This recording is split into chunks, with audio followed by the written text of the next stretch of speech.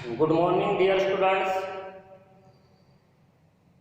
Our today's topic is kinetic energy of a rigid rotating body. तो आज अपने को डेरिवेशन देखना है kinetic energy of rotating body का।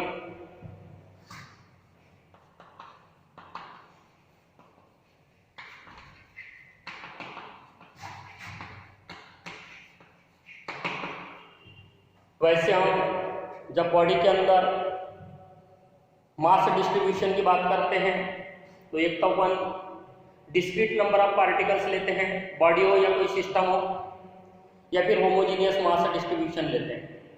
तो यहाँ हम डिस्क्रीट नंबर ऑफ पार्टिकल्स लेंगे, n number of particles body के अंदर है समझो, और ये बॉडी रोटेट हो रही है।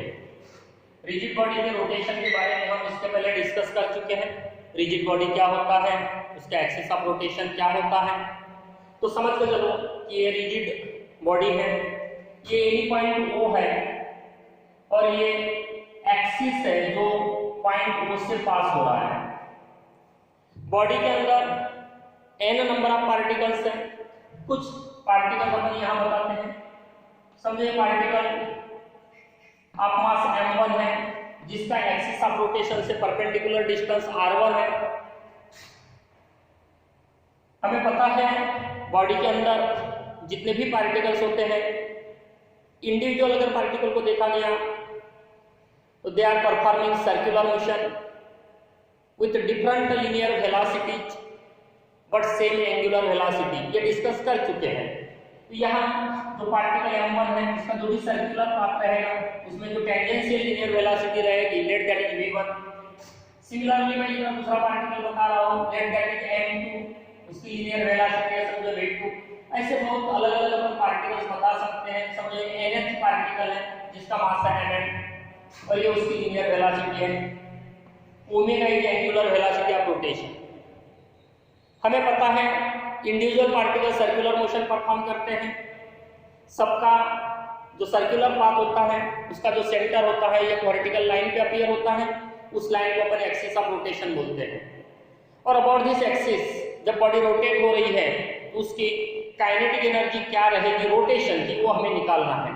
अब काइनेटिक एनर्जी ऑफ रोटेशन जब निकालनी है तो हमें इंडिविजुअल पार्टिकल की काइनेटिक एनर्जी निकालनी होगी। बॉडी के अंदर n नंबर ऑफ पार्टिकल्स हैं, सबकी हम काइनेटिक एनर्जी निकालेंगे और जो टोटल आएगा, जो सम आएगा सभी काइनेटिक एनर्जीज का सम कर सकते हैं। क्यों कर सकते हैं? तो यहाँ काइनेटिक एनर्जी स्केलर क्वांटिटी है, डायरेक्शन का फिलहाल तो भी सवाल ही नहीं उठता क्योंकि स्केलर में हम बात कर रहे हैं। तो जितनी भी काइनेटिक एनर्जीज है, इंडिविजुअल जो काइनेटिक एनर्जीज है उसका जब हम सम लेंगे तो हमें total kinetic energy of the body मिल जाएगा। तो यहाँ देखो, consider a rigid body rotating about any axis passing through point O. Let m1, m2 up to mn be the masses of the particles. r1, r2, r suffix n be their respective distances from axis of rotation. v1, v2 up to vn be their respective linear velocities because they are performing circular motion and we know that in circular motion linear velocity is along the tangent. And let omega is the angular velocity of the rotation of the body which is same for all the particles. It is earlier discussed. Now consider the particle of mass m1 और उसकी जो भी kinetic energy है let that is E suffix 1. Now particle is performing circular motion. It has tangential linear velocity. Its mass is m1, velocity is v1. Therefore, the known formula of kinetic energy it is half of m1 v1 square. ये हो गई kinetic energy of the first particle.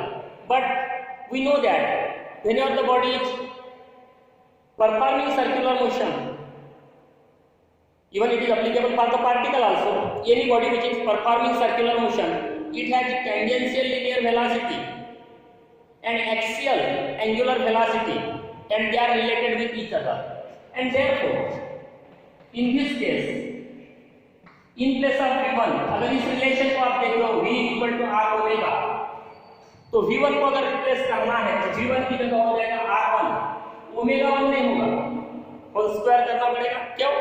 क्योंकि omega सबके लिए same है। therefore it is 1/2 m1 r1 square omega square. ये हो गया kinetic energy of the first particle. Similarly अगर आप सेकंड पार्टिकल के लिए चलते हो E2 is 1/2 m2 v2 square हो जाएगा। अगेन जैसे v1 को हमने रिप्लेस किया, सिमिलरली हम v2 को भी रिप्लेस करेंगे तो हमें मिलेगा 1/2 m2 r2 square omega square. इसी प्रकार हमें चलना है और समहाउ अगर nth पार्टिकल के लिए पहुंचते हैं तो उसकी काइनेटिक एनर्जी को हम E सफिक्स n से कनेक्ट करेंगे। It is 1/2 mn vn square हो जाएगा। Again replacing vn by r omega form 1/2 mn rn square omega square. इस प्रकार से इंडिविजुअल पार्टिकल्स की काइनेटिक एनर्जी हमें मिलेगी। अब हमें एक्चुअली काइनेटिक एनर्जी आप होल बॉडी होगा तो बॉडी एक्चुअली पार्टिकल से बनी हुई है। समझो अगर आपके क्लास के अंदर 100 स्टूडेंट्स हैं और पूरे क्लास की अगर स्ट्रेंथ निकालनी है, पूरे क्लास की ताकत निकालनी है, पूरे क्लास की समझो एनर्जी निकालनी है, तो हमें क्या करना पड़ेगा? इंडिविजुअल की एनर्जी हम कैलकुलेट करेंगे, इंडिविजुअल की एनर्जी को मिला लेंगे तो हमें टोटल एनर्जी मिलेगी। सिमिलरली बॉडी के अंदर पार्टिकल्स है तो पार्टिकल्स के एनर्जी को मिला लेना है, तो total energy E equal to हो जाएगा E1 प्लस E2 जितने भी पार्टिकल्स है प्लस अप टू En। अगर 15 है तो 15 को मिलाएंगे, 100 है तो 100 पार्टिकल्स की एनर्जी को मिलाएंगे।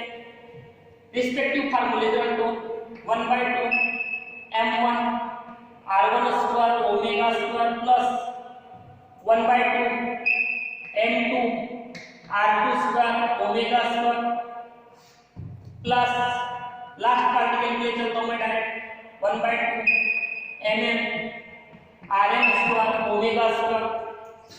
अब इसमें एक तरफ 1/2 मैं कॉमन निकाल रहा हूं और दूसरी तरफ ओमेगा स्क्वायर कॉमन निकालूंगा। ब्रैकेट में चलते हैं m1 r1 square m2 r2 square plus up to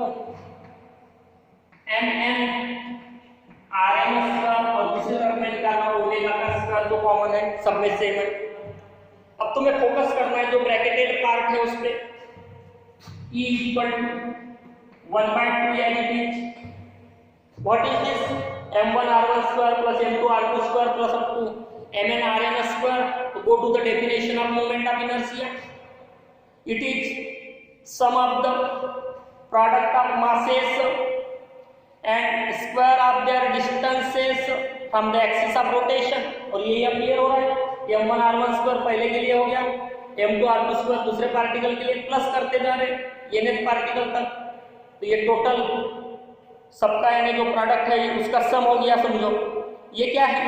moment of inertia which is denoted by I and therefore E equal to 1/2 I omega square. This is formula for kinetic energy of rigid rotating body about the given axis of rotation.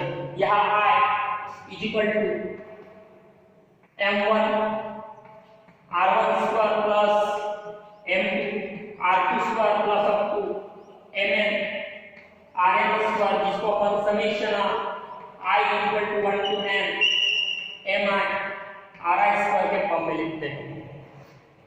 अब ये जो kinetic energy of rotation है उसके फार्मूले को अगर आप linear energy के साथ, लीनियर काइनेटिक एनर्जी के साथ कंपेयर करते हो तो देखो एनालॉगस क्वांटिटीज है। वेलोसिटी का स्क्वायर लीनियर, वेलोसिटी का स्क्वायर एंगुलर, यहाँ रोटेशनल मोशन होने के कारण तो वहां मास था, यहाँ आगे क्या आगे है मोमेंट ऑफ इनर्शिया। और इसलिए हमने जब physical significance of moment of inertia की बात किए थे तो वहां हमने कहा था लीनियर मोशन में का मास जो रोल प्ले करता है सेम रोल कौन प्ले करता है, तो moment of inertia in rotational motion. तो ये जो फार्मूला है एकदम सिंपल फार्मूला है काइनेटिक एनर्जी ऑफ रोटेशन का, जिसमें हमें ये कंसीडर करके चलना है कि बॉडी के अंदर n नंबर ऑफ पार्टिकल्स है, हर एक पार्टिकल में काइनेटिक एनर्जी हमें डिटरमाइन करनी है और बाद में जितनी भी पार्टिकल्स हम ले रहे हैं उनके काइनेटिक एनर्जी का सम करना है, तो हमें total kinetic energy of the rotating rigid body मिलता है, जो कि 1/2 I ओमेगा का स्क्वायर होता है। ऐसे ही दो और सिमिलर फार्मूले हैं जिसमें हमें बॉडी के अंदर n number of particles consider करना है और उनके फार्मूले डिराइव करने हैं। तो फार्मूले हैं, एक torque acting on the body और दूसरा है angular momentum of the body. तो अब हम चलेंगे torque acting on the body के लिए, लेकिन अपन ये नेक्स्ट वीडियो में देखेंगे। तब तक के लिए बाय, सी यू।